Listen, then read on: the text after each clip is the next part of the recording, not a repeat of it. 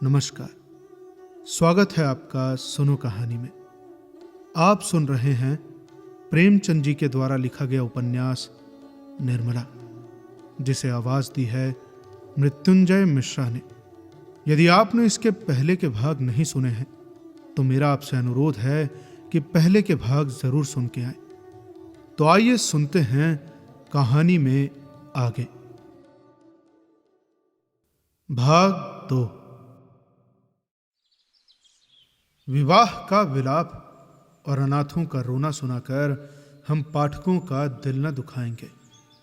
जिसके ऊपर पड़ती है वो रोता है, विलाप करता है, पछाड़ें खाता है। ये कोई नई बात नहीं है, मगर हाँ, अगर आप चाहें तो कल्याणी की उस घोर मानसिक यातना का अनुमान कर सकते हैं जो उसे इस विचार से हो रही थी कि मैं ही अपने प्राणधार की घातिका हूं। विवाक्य जो क्रोध के आवेश में उसके असंयत मुख से निकले थे, वह अब उसके हृदय को बाणों की भांति छेद रहे थे। अगर पति ने उसकी गोद में कराह कराह कर प्राण त्याग दिए होते तो भी उसे संतोष होता कि मैंने उनके प्रति अपने कर्तव्य का पालन किया।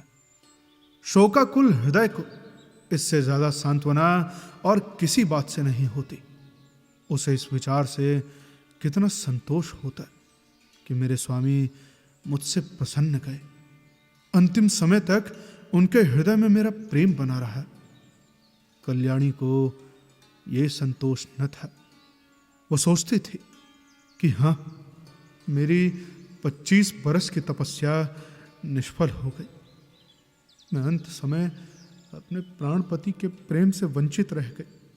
अगर मैंने उन्हें ऐसे कठोर शब्द न कहे होते तो वो कदापि रात को घर से न जाते। न जाने उनके मन में क्या क्या विचार आए हों। उनके मनोभावों की कल्पना करके और अपने अपराध को बढ़ा बढ़ा कर वो आठों पहर कुढ़ती रहती थी। जिन बच्चों पर वो प्राण देती थी, अब उनकी सूरत से चिढ़ती। इन्हीं के कारण, बस इन्हीं के कारण मुझे अपने स्वामी से रार मोल लेनी पड़ी। यही मेरे शत्रु हैं। जहां आठों पहर कचहरी से लगी रहती थी, वहां अब खाक उड़ती थी। वो मेला ही उठ गया। जब खिलाने वाला ही न रहा तो खाने वाले कैसे पड़े रहते। धीरे धीरे 1 महीने के अंदर सभी भांजे भतीजे विदा हो गए। जिनका दावा था कि हम पानी की जगह खून बहाने वालों में से हैं, वे तो ऐसा सरपट भागे कि पीछे फिर कर भी न देखा। दुनिया ही दूसरी हो गई। जिन बच्चों को देखकर प्यार करने को जी चाहता था, उनके चेहरे पर अब मक्खियां भिनभिनाती हैं। न जाने वो कांति कहां चली गई। कुछ समय पश्चात जब शोक का आवेग कम हुआ तो निर्मला के विवाह की समस्या उपस्थित हुई। कुछ लोगों की सलाह हुई कि विवाह इस साल रोक दिया जाए, लेकिन कल्याणी ने कहा, इतनी तैयारियों के बाद विवाह को रोक देने से सब किया धरा मिट्टी में मिल जाएगा और फिर दूसरे साल फिर यही तैयारियां करनी पड़ेंगी, जिसकी कोई आशा नहीं। विवाह कर ही देना अच्छा होगा। कुछ लेना देना तो है नहीं। बारातियों की सेवा सत्कार का काफी सामान पहले ही आ चुका है। विलंब करने में हानि ही हानि है। अतएव महाशय भालचंद्र को शोक सूचना के साथ यह संदेशा भी भेज दिया गया। कल्याणी ने अपने पत्र में लिखा, इस अनाथनी पर दया कीजिए और डूबती हुई नाव को पार लगाइए। स्वामी जी के मन में बड़ी बड़ी कामनाएं थी, किंतु ईश्वर को तो कुछ और ही मंजूर था। अब तो मेरी लाज आपके हाथ है। कन्या तो आपकी हो चुकी। मैं लोगों का सेवा सत्कार करने को अपना सौभाग्य समझती हूँ, लेकिन यदि इसमें कुछ कमी हो, कुछ त्रुटि पड़े तो मेरी दशा का विचार करके क्षमा कीजिएगा। मुझे विश्वास है कि आप इस अनाथनी की निंदा न होने देंगे। और आदि आदि। कल्याणी ने यह पत्र डाक से न भेजा, बल्कि पुरोहित से कहा, पर आप स्वयं जाकर यह पत्र दीजिए और मेरी ओर से बहुत विनय के साथ कहिएगा कि जितने कम आदमी आए उतना ही अच्छा। यहाँ तो अब आप जानते ही हैं, कोई प्रबंध करने वाला नहीं है।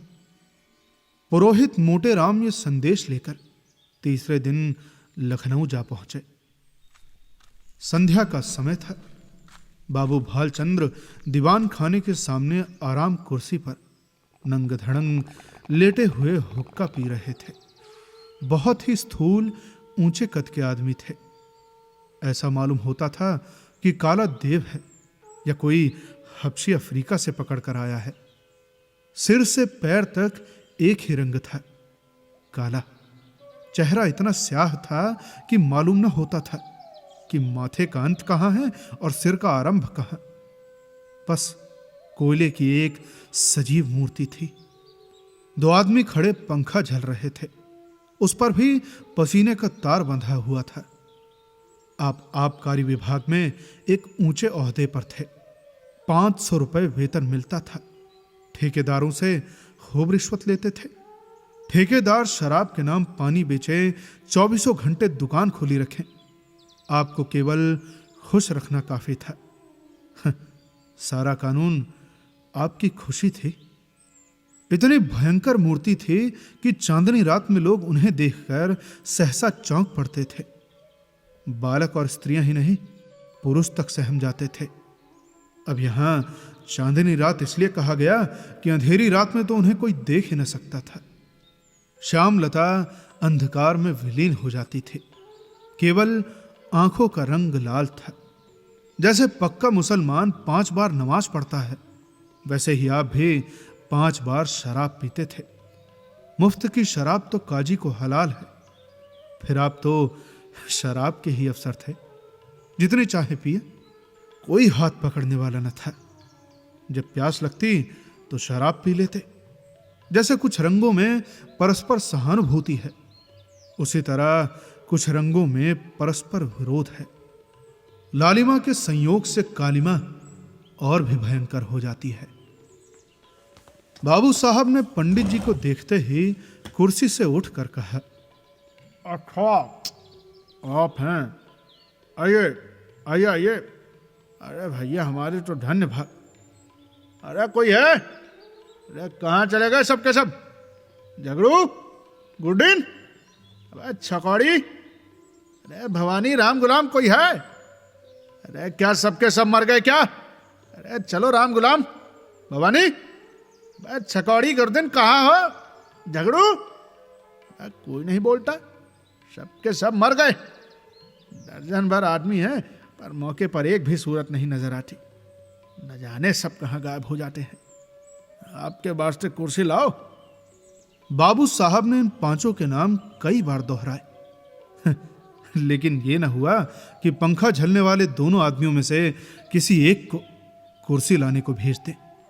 3-4 मिनट के बाद एक काना आदमी खांसता हुआ आकर बोला, सरकार, इतना की नौकरी हमार किन्ना होई। कहाँ तक उधार बाढ़ी ले ले खाई मांगत फिरी हो? थेथर हो गया है। भालचंद्र, अरे बको मत, जाकर कुर्सी लाओ। जब कोई काम करने को कहा गया तो रोने लगता है। कहिए पंडित जी, वहां सब कुशल तो है? मोटे राम, क्या कुशल कहूं बाबूजी, अब कुशल कहां, सारा घर मिट्टी में मिल गया।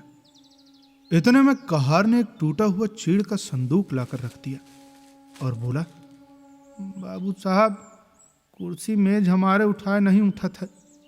पंडित जी शर्माते हुए डरते डरते उस पर बैठे कि कहीं टूट न जाए, और कल्याणी का पत्र बाबू साहब के हाथ में रख दिया। भालचंद्र, अब और कैसे मिट्टी में मिलेगा भैया, इससे बड़ी और कौन विपत्ति पड़ेगी।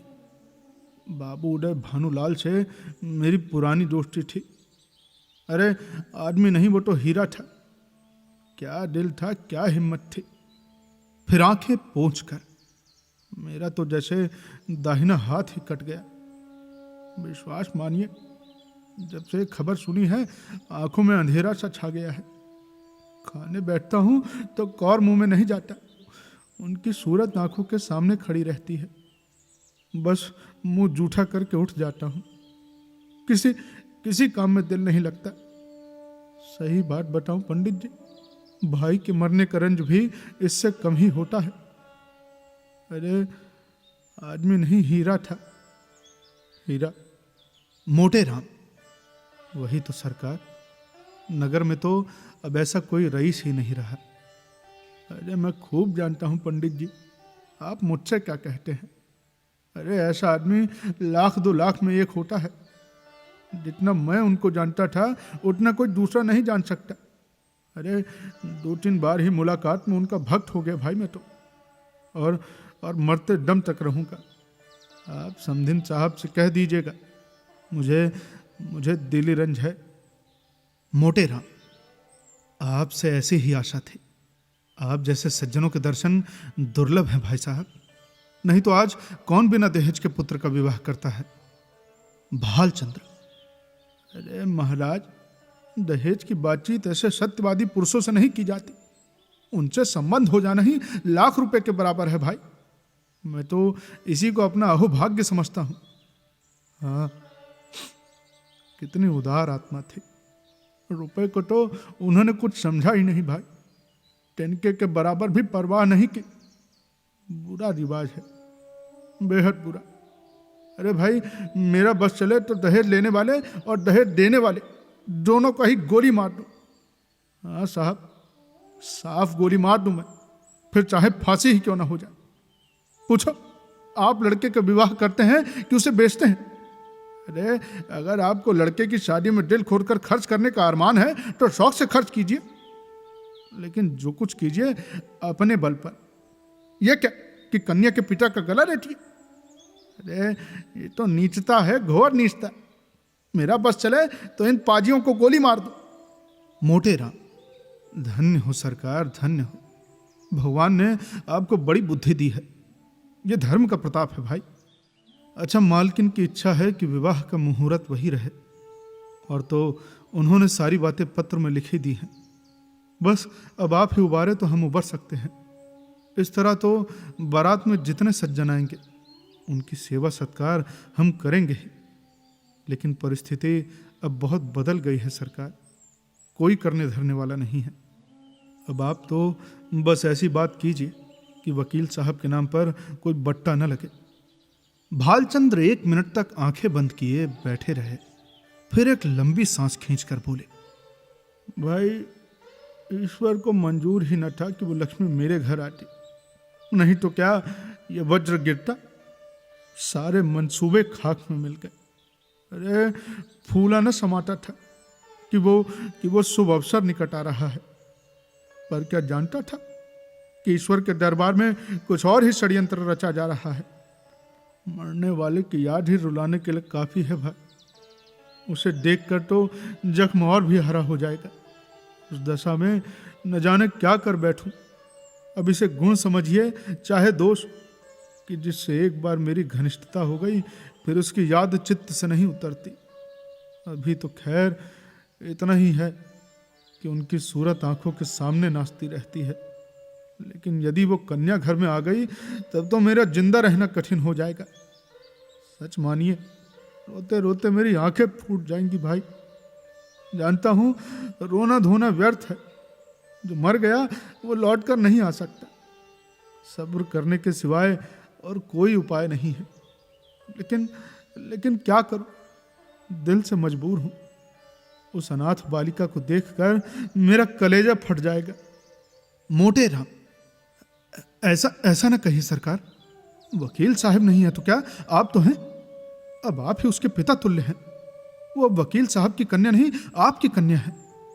आपके हृदय के भाव तो कोई जानता नहीं। लोग तो यही समझेंगे कि वकील साहब का देहांत हो जाने के कारण आप अपने वचन से गिर गए। इसमें आपकी बदनामी है भाई साहब। चित्त को समझाइए और हंसी खुशी कन्या का पानी ग्रहण करा लीजिए। हाथी मरे तो 9 लाख का, लाख विपत्ति पड़ी है, लेकिन मालकिन आप लोगों की सेवा सत्कार करने में कोई बात ना उठा रखेंगे। बाबू साहब समझ गए कि पंडित मोटे राम कोरे पोथी के ही पंडित नहीं, वरन व्यवहार नीति में भी चतुर हैं। बोले, पंडित जी हलफ से कहता हूं, मुझे उस लड़की से जितना प्रेम है उतना अपनी लड़की से भी नहीं है। लेकिन जब ईश्वर को मंजूर नहीं है तो मेरा क्या बस है। वो एक मृत्यु एक प्रकार की अमंगल सूचना है जो विधाता की ओर से हमें मिली है। ये किसी आने वाली मुसीबत की आकाशवाणी है। विधाता स्पष्ट रीति से कह रहा है कि यह विवाह मंगलमय न होगा। अब ऐसी दिशा में आप ही सोचिए, ये संयोग कहां तक उचित है। आप तो विद्वान आदमी हैं, जरा सोचिए कि जिस काम का आरंभ ही अमंगल से हो उसका अंत मंगलमय कैसे हो सकता है। नहीं, जानबूझकर मक्खी नहीं निकली जाती। समधिन साहब को समझा कर कह दीजिएगा, मैं उनकी आज्ञा पालन करने को तैयार हूं, लेकिन इसका परिणाम अच्छा न होगा। स्वार्थ के वश में होकर मैं अपने परम मित्र की संतान के साथ यह अन्याय नहीं कर सकता। इस तर्क ने पंडित जी को निरुत्तर कर दिया। वादी ने तीर छोड़ा था जिसके उनके पास कोई काट न थे। शत्रु से उन्हीं के हथियार से उन पर वार किया था और वो उसका प्रतिकार न कर सकते थे। वो अभी कोई जवाब सोच ही रहे थे कि बाबू साहब ने फिर नौकरों को पुकारना शुरू किया। अरे तुम सब फिर गायब हो गए, झगड़ू, छकाड़ी, अरे भवानी, गुरदीन, राम गुलाब, साला एक भी नहीं बोलता, सब के सब मर गए। अरे देख रहे हैं कि एक माह से दूर से थके मांदे चले आ रहे हैं, पर किसी को जरा भी परवाह नहीं। अरे पानी लाओ, पानी। अच्छा पंडित जी, आपके लिए शरबत बनवाऊं या फलाहारी मिठाई मंगवा दूं? मोटे राम जी मिठाइयों के विषय में किसी तरह का बंधन न स्वीकार करते थे। उनका सिद्धांत था कि धृत से सभी वस्तुएं पवित्र हो जाती हैं। रसगुल्ले और बेसन के लड्डू उन्हें बहुत प्रिय थे, पर शरबत से उन्हें रुचि न थी। पानी से पेट भरना उनके नियम के विरुद्ध था। सकुचाते हुए बोले, शरबत पीने की तो मुझे आदत नहीं, हाँ मिठाई खा लूंगा। भालचंद्र, फलाहारी ना? मोटे राम, अब इसका मुझे कोई विचार नहीं। भालचंद्र, है तो यही बात, अब छूत छात सब ढकोसला है, मैं स्वयं नहीं मानता। अरे अब तक कोई नहीं आया? अरे छकौड़ी, भवानी, अरे साले गुरदीन, राम गुलाम, कोई तो बोला। अब की भी वही बूढ़ा कहार हंसता हुआ आकर खड़ा हो गया और बोला, सरकार, मोर तलब दे दिन जाए, ऐसी नौकरी मुँह से न हो। कहाँ ले दौड़ी, दौड़त दौड़त गोड़ पिराए लागत है। भालचंद्र, अरे काम कुछ करो या ना करो, पर तलब पहले चाहिए। अरे दिन भर पड़े पड़े खांचा करो, तलब तो तुम्हारी चढ़ ही रही है। जाकर बाजार से एक आने की तारी मिठाई ला, दौड़ता हो जा। कहार को ये हुक्म देकर बाबू साहब घर में गए और स्त्री से बोले, अरे वहाँ से पंडित जी आए हैं, ये खत लाए हैं, खत जरा पढ़ो तो। पत्नी जी का नाम रंगीली बाई था। गोरे रंग की प्रसन्न मुख महिला थी। रूप और यौवन उनसे विदा हो रहे थे, पर किसी प्रेमी मित्र की भांति मचल मचल कर 30 साल तक जिसके गले से लगे रहे उसे छोड़ते न बनता था। रंगीली बाई बैठी पान लगा रही थी। बोली, जब एक बार कह दिया कि हमें वहां ब्याह करना मंजूर नहीं तो नहीं मंजूर। भालचंद्र, अरे हाँ हाँ कह तो दिया, पर मारे संकोच के मुंह से शब्द ना निकलता था। अरे झूठ मूठ का हिला करना पड़ता। रंगीली, साफ बात करने में संकोच क्या? हमारी इच्छा है, नहीं करते। किसी का कुछ लिया थोड़ी है। जब दूसरी जगह 10,000 नकद मिल रहे हैं तो वहां क्यों ना करूं? उनकी लड़की कोई सोने की थोड़ी है। वकील साहब जीते होते तो शर्माते शर्माते 15-20 हजार दे मरते। अब भला वहां क्या रखा है? भालचंद्र, अरे एक दफा जमान देकर मुकर जाना अच्छी बात नहीं। कोई मुख से बेशक कुछ न कहे, पर बदनामी हुआ बिना नहीं रहती। मगर भाई तुम्हारी जिद है सो मजबूर हूं। रंगीली बाई ने पान खाकर खत खोला और पढ़ने लगी। हिंदी का अभ्यास बाबू साहब को तो बिल्कुल न था, और यद्यपि रंगीली बाई भी शायद ही कभी किताब पढ़ती हों, पर वो खत वत पढ़ लेती थी। पहली ही पांति पढ़कर उनकी आंखें सजल हो गईं और पत्र समाप्त किया तो उनकी आंखों से आंसू बह रहे थे। एक एक शब्द करुणा के रस में डूबा हुआ था। एक एक अक्षर से दीनता टपक रही थी।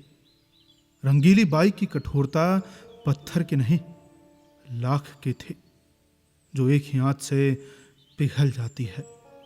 कल्याणी के करुणोत्पादक शब्दों ने उनके स्वार्थ मंडित हृदय को पिघला दिया। रुंधे हुए कंठ से बोली, अभी अभी ब्राह्मण बैठा है ना? भालचंद्र पत्नी के आंसुओं को देख देख कर सूखे जाते थे। अपने ऊपर झल्ला रहे थे कि नाहक मैंने इसे खत दिखाया। इसकी क्या जरूरत थी आखिर? इतनी बड़ी भूल उनसे कभी न हुई थी। संदिग्ध भाव से बोले, शायद बैठे हो, मैंने तो जाने को कह दिया था।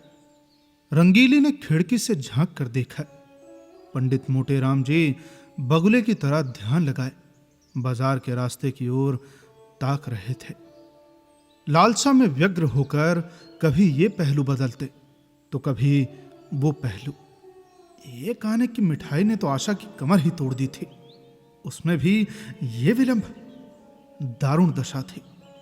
उन्हें बैठे देखकर रंगीली बाई बोली, हैं अभी हैं, जाकर कह दो हम विवाह करेंगे, जरूर करेंगे। बेचारी बड़ी मुसीबत में है। अरे तुम कभी कभी बच्चों की सी बातें करने लगती हो। अभी उससे कहकर आया हूं कि मुझे विवाह करना मंजूर नहीं। एक लंबी चौड़ी भूमिका बांधनी पड़ी। अब जाकर ये संदेश कहूंगा तो अपने दिल में क्या कहेगा? जरा सोचो तो, ये शादी विवाह का मामला है, लड़कों का खेल नहीं कि अभी एक बात तय की और अभी पलट गए। अरे भले आदमी की बात न हुई, कोई दिल लगी हुई। अच्छा तुम अपने मुंह से न कहो, उस ब्राह्मण को मेरे पास भेज दो। मैं इस तरह समझा दूंगी कि तुम्हारी बात भी रह जाएगी और मेरी भी। इससे तो तुम्हें कोई आपत्ति नहीं है? तुम अपने सिवाय सारी दुनिया को नादान समझती हो। अरे तुम कहो या मैं कहूं, बात तो एक ही है। जो बात तय हो गई सो हो गई। अब मैं उसे फिर नहीं उठाना चाहता। तुम ही तो बार बार कहती थी कि मैं विवाह न करूंगी। तुम्हारे ही कारण मुझे अपनी बात खोनी पड़ी। अब तुम फिर रंग बदलती हो। अरे ये तो मेरी छाती पर मूंग डालना है भाई। आखिर तुम्हें कुछ तो मेरे मान अपमान का विचार करना चाहिए। तो मुझे क्या मालूम था कि विधवा की दशा इतनी हीन हो गई है। तुम्ही ने तो कहा था कि उसने पति की सारी संपत्ति छिपा रखी है और अपनी गरीबी का ढोंग रचकर काम निकालना चाहती है। एक ही छटी हुई औरत है। अरे तुमने जो कहा वो मैंने मान लिया। बुराई करके भलाई करने में कोई संकोच नहीं। अगर तुम हाँ कराए होते और मैं नहीं करने को कहती तो तुम्हारा संकोच उचित था। अब नहीं करने के बाद हाँ करने में तो अपना बड़प्पन है। भालचंद्र, अरे तुम्हें बड़प्पन मालूम होता है, मुझे तो लुच्चापन ही मालूम होता है। फिर तुमने कैसे मान लिया कि मैंने वकीलाइन के विषय में जो बात कही थी वो झूठी थी? अरे वो पत्र देख कर क्या? राम राम। अरे तुम जैसी खुद सरल हो वैसे ही दूसरे को भी सरल समझती हो। अरे हाँ, इस पत्र में बनावट नहीं मालूम होती। भला बनावट की बात दिल में नहीं चुभती, उसमें तो बनावट की गंध अवश्य रहती है। भालचंद्र, अरे बनावट की बात तो ऐसे चुभती है कि सच्ची बात उसके सामने बिल्कुल फीकी मालूम होती है। ये किस्से कहानियां लिखने वाले जिनकी किताबें पढ़ पढ़ कर तुम घंटे रोटी हो ना, क्या सच्ची बातें लिखते हैं ये? सरासर झूठ का तुम्हार बांधते हैं, तुम्हार। अरे भाई ये भी एक कला है। क्यों जी, तुम मुझसे भी उड़ते हो, दाई से पेट छिपाते हो? अरे मैं तुम्हारी बातें मान जाती हूँ तो तुम समझते हो कि इसे चकमा दिया, मगर मैं तुम्हारी एक एक नस पहचानती हूँ। अरे तुम अपना ऐब मेरे सिर मड़कर खुद बेदाग बचना चाहते हो। बोलो, कुछ झूठ कहती हूँ? जब वकील साहब जीते थे, जो तुमने सोचा था कि ठहराव की जरूरत ही क्या है, वे खुद ही जितना उचित समझेंगे देंगे, बल्कि बिना ठहराव के और भी ज़्यादा मिलने की आशा होगी। अब जो वकील साहब का देहांत हो गया तो तरह तरह के हौले हवाले करने लगे। अरे ये भलमनसी नहीं, छोटापन है। इसका इल्जाम भी तुम्हारे सिर है। मैं अब शादी ब्याह के नगीचे न जाऊंगी। तुम्हारी जैसी इच्छा हो करो। मैं कह देती हूँ, ढोंगी आदमियों से मुझे चिढ़ है। जो बात करो सफाई से करो, बुरा हो या अच्छा। हाथी के दांत खाने के और दिखाने के और वाली नीति पर चलना तुम्हें शोभा नहीं देता। बोलो, अब भी वहां शादी करते हो या नहीं? भालचंद्र, अरे जब मैं बेईमान दगाबाज झूठा ठहरा तो मुझसे पूछना ही क्या? मगर खूब पहचानती हो आदमियों को। क्या कहना है तुम्हारी इस सूझबूझ का? बलैया ले ले भाई। हो बड़े हयादार, अब भी नहीं शर्माते। ईमान से कहो, मैंने बात ताड़ ली कि नहीं? भालचंद्र, अजी जाओ, वो दूसरी औरतें होती हैं जो मर्दों को पहचानती हैं। अब तक तो मैं ये समझता था कि औरतों की दृष्टि बड़ी सूक्ष्म होती है, पर आज ये विश्वास उठ गया भैया। और महात्माओं ने औरतों के विषय में जो जो तत्व की बातें कही हैं उनको मानना पड़ा। अरे जरा आईने में अपनी सूरत तो देखा, तुम्हें मेरी कसम है, जरा देख लो कितने झेपे हुए हो। भालचंद्र, सच कहना, कितना झेपा हुआ हूं? इतना ही जितना कोई भल मानस चोरी खुल जाने पर झेपता है। खैर मैं झेपा ही सही, पर शादी बहाना होगी। मेरी बला से जहां चाहे वहां कर। क्यों भुवन से एक बार क्यों नहीं पूछ लेते? भालचंद्र, अच्छी बात है, तो उसी पर फैसला रहा। अच्छा, जरा भी इशारा न करना। अजी मैं उसकी तरफ ताकूंगा भी नहीं। संयोग से ठीक इसी वक्त भुवन मोहन भी आ पहुंचा। ऐसे सुंदर, सुडौल, बलिष्ठ युवक कॉलेज में बहुत कम देखने में आते हैं। बिल्कुल मां को पड़ा था। वही गोरा चिट्टा रंग, वही पतले पतले गुलाब की पत्ती के से होठ, वही चौड़ा माथा, वही बड़ी बड़ी आंखें, बस डील डॉल बाप का सा था। ऊंचा कोट, ब्रिचेज, टाई, बूट, हैट उस पर खूब फब रहे थे। हाथ में एक हॉकी स्टिक थी। चाल में जवानी का गुरूर था और आंखों में आत्मगौरव। रंगीली ने कहा, आज बड़ी देर लगाई तुमने। ये देखो, तुम्हारी ससुराल से एक खत आया है। तुम्हारी सास ने लिखा है। साफ साफ बतला दो, अभी सवेरा है। तुम्हें वहां शादी करना मंजूर है या नहीं? शादी करनी तो चाहिए अम्मा, पर मैं करूंगा नहीं। क्यों? भुवन मोहन, कहीं ऐसी जगह शादी करवाइए कि खूब रुपए मिले, और न सही तो 1 लाख का तो डॉल हो। वहां अब क्या रखा है? वकील साहब रहे नहीं, बुढ़िया के पास अब क्या होगा? रंगीली, अरे तुम्हें ऐसी बातें मुंह से निकालते शर्म नहीं आती? भुवन मोहन, इसमें शर्म की कौन सी बात है मां? अब रुपए किसे काटते हैं? 1 लाख रुपए तो लाख जन्म में भी न जमा कर पाऊंगा। इस साल पास भी हो गया तो कम से कम 5 साल तक रुपए से सूरत नजर ना आएगी। उसके बाद फिर 100-200 महीने रुपए कमाने भी लगूंगा। 5-6 तक पहुंचते पहुंचते उम्र के 3 भाग तो बीत जाएंगे। अरे रुपए जमा करने की नौबत ही ना आएगी, और फिर दुनिया का कुछ मजा भी ना उठा सकूंगा। किसी धनी लड़की से शादी हो जाती तो चैन से कटती भैया। मैं ज्यादा नहीं चाहता, बस 1 लाख हो, या फिर कोई ऐसी जायदाद वाली बेवा मिले जिसके एक ही लड़की हो। रंगीली, और फिर चाहे औरत कैसी ही मिले? भुवन मोहन, अरे माँ धन सारे ऐबों को छिपा देगा। अरे मुझे वो गालियां भी सुनाएगी तो मैं चूना करूंगा। अब भला दुधारू गाय की लाद किसे बुरी मालूम होती है?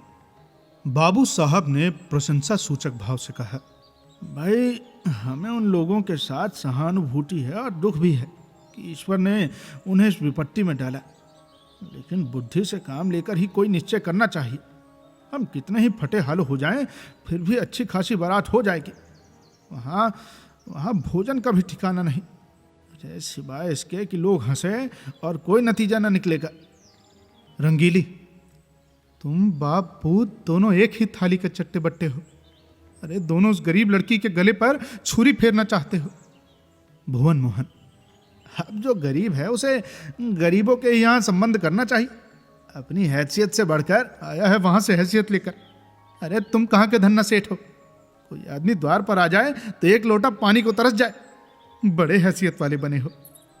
यह कहकर रंगीली वहां से उठकर रसोई का प्रबंध करने चली गई।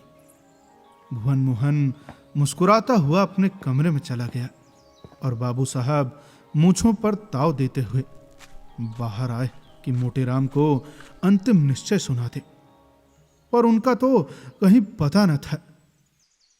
मोटेराम जी कुछ देर तक तो कहार की राह देखते रहे, मगर जब उसके आने में बहुत देर हुई तो उनसे बैठा न गया। सोचा कि यहां बैठे बैठे काम न चलेगा, कुछ उद्योग करना चाहिए। भाग्य के भरोसे यहां अड़ी किए बैठे रहे तो भूखों मर जाएंगे। यहां तुम्हारी दाल नहीं गलने की। चुपके से लकड़ी उठाई और जिधर वो कहार गया था उसी तरफ चले। बाजार थोड़ी ही दूर पर था। एक क्षण में जा पहुंचे। देखा तो बुढ़ा एक हलवाई की दुकान पर बैठा चीलम पी रहा था। उसे देखते ही आपने बड़ी बेतकल्लुफी से कहा, अरे अभी कुछ तैयार नहीं है क्या मेहरा? सरकार वहां बैठे बिगड़ रहे हैं कि जाकर सो गया ताड़ी पीने लगा। मैंने कहा, सरकार ये बात नहीं, बुढ़ा आदमी है, आते ही आते तो आएगा। बड़े विचित्र जीव हैं भाई, न जाने इनके यहाँ नौकर कैसे टिकते हैं। कहार, मुझे छोड़कर आज तक कोई दूसरा टिका नहीं और न टिकेगा।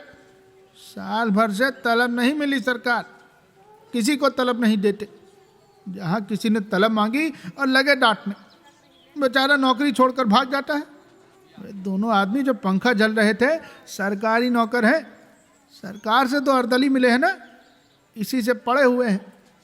मैं भी सोचता हूँ जैसा तेरा ताना बाना वैसे मेरी भरनी।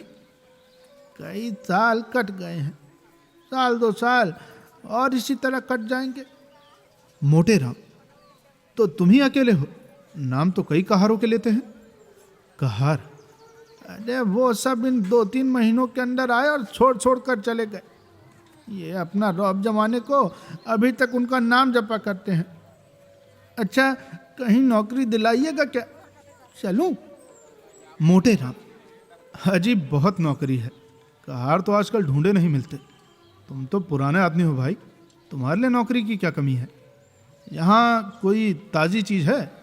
मुझसे कहने लगे कि खिचड़ी बनाइएगा या बाटी लगाइएगा। मैंने कह दिया, सरकार बुढ़ा आदमी है, रात को उसे मेरा भोजन बनाने में कष्ट होगा, मैं कुछ बाजार से ही खा लूँगा, इसकी आप चिंता न करें। तो बोले कि अच्छी बात है, कहार आपको दुकान पर मिलेगा। बोलो साहजी, कुछ तर माल तैयार है क्या? लड्डू तो ताजे मालूम होते हैं भाई। अच्छा, तौल दो 1 सेर भर। आ जाऊं वहीं ऊपर न? ये कहकर मोटे राम जी हलवाई की दुकान पर जा बैठे और तर माल चखने लगे। खूब छक्कर खाया, 2.5-3 सेर चट कर गए। खाते जाते थे और हलवाई की तारीफ करते जाते थे। शाह जी, तुम्हारी दुकान का जैसा नाम सुना था वैसा ही माल भी पाया भाई। बनारस वाले ऐसे रसगुल्ले नहीं बना पाते, कलाकंद अच्छी नहीं बनाते यार, पर तुम्हारी उनसे बुरी नहीं। भाई, माल डालने से अच्छी चीज़ नहीं बन जाती, उसके लिए तो विद्या चाहिए। हलवाई, कुछ और लीजिए महाराज, थोड़ी सी रबड़ी मेरी तरफ से लीजिए। मोटे राम, इच्छा तो नहीं है, लेकिन दे दो पाव भर। पाव भर क्या लीजिएगा? चीज़ अच्छी है, अब आध सेर तो लीजिए। खूब इच्छापूर्ण भोजन करके पंडित जी ने थोड़ी देर तक बाजार की सैर की और 9 बजते बजते मकान पर आए। यहाँ सन्नाटा सा छाया हुआ था। एक लालटेन जल रही थी। अपने चबूतरे पर बिस्तर जमाया और सो गए। सवेरे अपने नियमानुसार कोई 8 बजे उठे तो देखा कि बाबू साहब टहल रहे हैं। इन्हें जगह देखकर वो पालागन कर बोले, अरे महाराज, आज रात कहाँ चले गए? मैं बड़ी रात तक आपकी राह देखता रहा भाई। भोजन का सब सामान बड़ी देर तक रखा रहा, जब आप ना आए तो रखवा दिया गया। आपने कुछ भोजन किया था या नहीं? मोटे राम, हाँ, हलवाई की दुकान में कुछ खा आया था। भालचंद्र, अजी पूरी मिठाई में वो आनंद कहाँ जो बाटी और दाल में है। 10-12 आने खर्च हो गए होंगे, फिर भी पेट ना भरा होगा। आप मेरे मेहमान हैं, जितने पैसे लगे हों ले जाइएगा। मोटे राम, आप ही के हलवाई की दुकान पर खाया था, वो जो नुक्कड़ पर बैठता है। अच्छा, तो कितने पैसे देने पड़े? अरे वो आपके हिसाब में लिखा दिए हैं। अच्छा, जितनी मिठाइयाँ ली हो मुझे बता दीजिएगा, नहीं तो पीछे से साले बेईमानी करने लगते हैं। एक एक ठग हैं। यही कोई 2.5 सेर मिठाई थी और आधा सेर रबड़ी। बाबू साहब ने विस्फारित नेत्रों से पंडित जी को देखा, मानो कोई अचंभे की बात सुनी हो। 3 सेर तो कभी यहाँ महीने भर का टोटला भी ना होता था, और ये महाशय एक ही बार में कोई 4 रुपए का माल उड़ा गए। अगर 1 आध दिन और रह गए तो बधिया बैठ जाएगी। पेट है या शैतान की कब्र? 3 सेर अरे कुछ ठिकाना है? उद्विग्न दशा में दौड़े हुए अंदर गए और रंगीली से बोले, अरे कुछ सुनती हो? ये महाशय कल 3 सेर मिठाई उड़ा गए। 3 सेर, वो भी पक्की तौल। रंगीली बाई ने विस्मित होकर कहा, अजी नहीं, 3 सेर भला क्या खा जाएगा? अरे आदमी है बैल? अरे 3 सेर तो अपने मुंह से कह रहा है, 4 सेर से कम ना होगा, पक्की तौल। अरे पेट में सनीचर है क्या? अरे आज और रह गया तो 6 सेर पर हाथ फेरेगा। अरे तो आज रहे है क्यों? खत का जवाब जो देना हो दो और देकर विदा करो। अगर रहे तो साफ साफ कह देना कि हमारे यहाँ मिठाई मुफ्त नहीं आती। खिचड़ी बनाना हो बनाए, नहीं तो अपनी राह ले। जिन्हें ऐसे पेटों को खिलाने से मुक्ति मिलती हो वो खिलाए भैया, हमें ऐसी मुक्ति न चाहिए। मगर पंडित जी विदा होने को तैयार बैठे थे, इसलिए बाबू साहब को कौशल से काम लेने की जरूरत न पड़ी। क्या तैयारी कर दी महाराज? हाँ सरकार, अब चलूंगा। 9 बजे की गाड़ी मिलेगी ना? अरे भला आज तो और रहिए।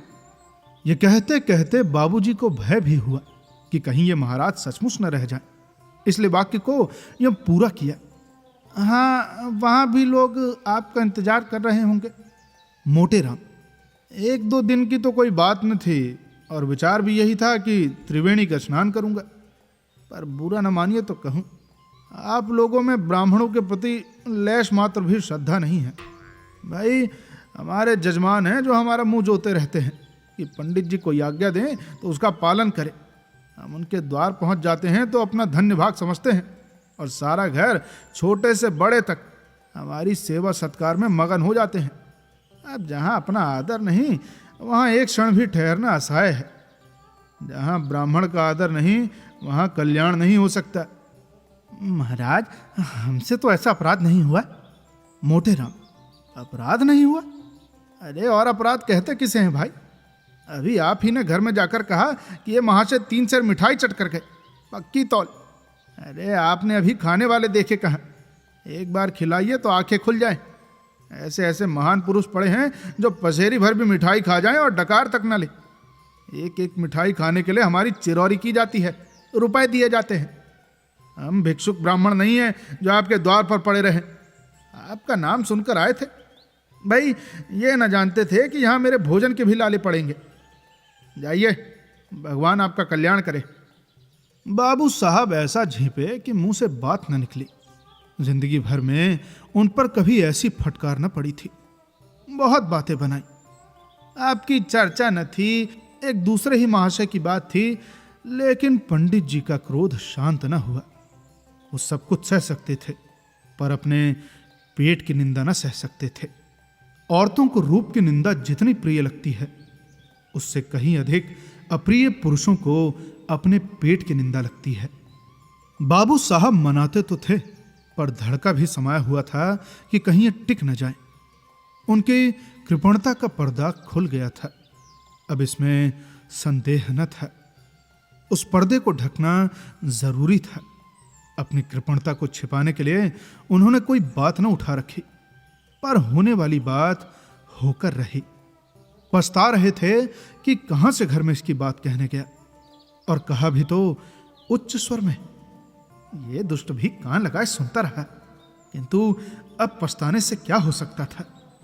न जाने किस मनहूस की सूरत देखी थी कि ये विपत्ति गले पड़ी। अगर इस वक्त यहां से रुष्ट होकर चला गया तो वहां जाकर बदनाम करेगा और मेरा सारा कौशल खुल जाएगा। अब तो इसका मुंह बंद ही करना पड़ेगा। ये सोच विचार करते हुए वो घर में जाकर रंगीली बाई से बोले, अरे इस दुष्ट ने हमारी तुम्हारी बातें सुन ली, रूठ कर चला जा रहा है। अरे जब तुम जानते थे कि द्वार पर खड़ा है तो धीरे से क्यों ना बोले? अरे भाई, विपत्ति आती है तो अकेले नहीं आती। अब भला मैं क्या जानता था कि वो द्वार पर कान लगाए खड़ा है। न जाने किसका मुंह देखा था। अरे वही दुष्ट सामने लेटा हुआ था, जानता तो उधर ताकता ही नहीं। मगर अब तो इसे कुछ दे दिलाकर राजी करना पड़ेगा। जाने भी तो, जब तुम्हें वहां विवाह ही नहीं करना है तो क्या परवाह है। अरे जो चाहे समझे, जो चाहे कहे। अरे यों जान न बचेगी। लाओ 10 रुपए विदाई के बहाने दे दो, ईश्वर फिर इस मनहूस की सूरत न दिखाए। रंगीली ने बहुत पछताते पछताते 10 रुपए निकाले और बाबू साहब ने उन्हें ले जाकर पंडित जी के चरणों पर रख दिया। पंडित जी ने दिल में कहा, धत तेरी मक्खी चूस की, ऐसा रगड़ा है कि याद करोगे। तुम समझते होगे कि 10 रुपए देकर इसे उल्लू बना लूंगा। अरे इस फेर में न रहना, यहां तुम्हारी नस नस पहचानते हैं। रुपए जेब में रख लिए और आशीर्वाद देकर अपनी राह ली। बाबू साहब बड़ी देर तक खड़े सोच रहे थे। मालूम नहीं कि अब भी मुझे कृपण ही समझ रहा है या पर्दा ढक गया। कहीं ये रुपए भी तो पानी में नहीं गिर पड़े। अब कहानी में आगे क्या होता है, ये जानने के लिए जुड़े रहिए सुनो कहानी के साथ। और अगर कहानी अच्छी लगी हो तो शेयर करें अपने दोस्तों और फैमिली के साथ। सब्सक्राइब करें हमारे चैनल को, फॉलो करें हमारे फेसबुक पेज और इंस्टाग्राम पेज को, ताकि आगे कोई भी जानकारी हो तो हम आपको उसी पे दे सकें। मिलते हैं आपसे अगले भाग में। तब तक के लिए सुनते रहिए सुनो कहानी की अन्य कहानियां। धन्यवाद।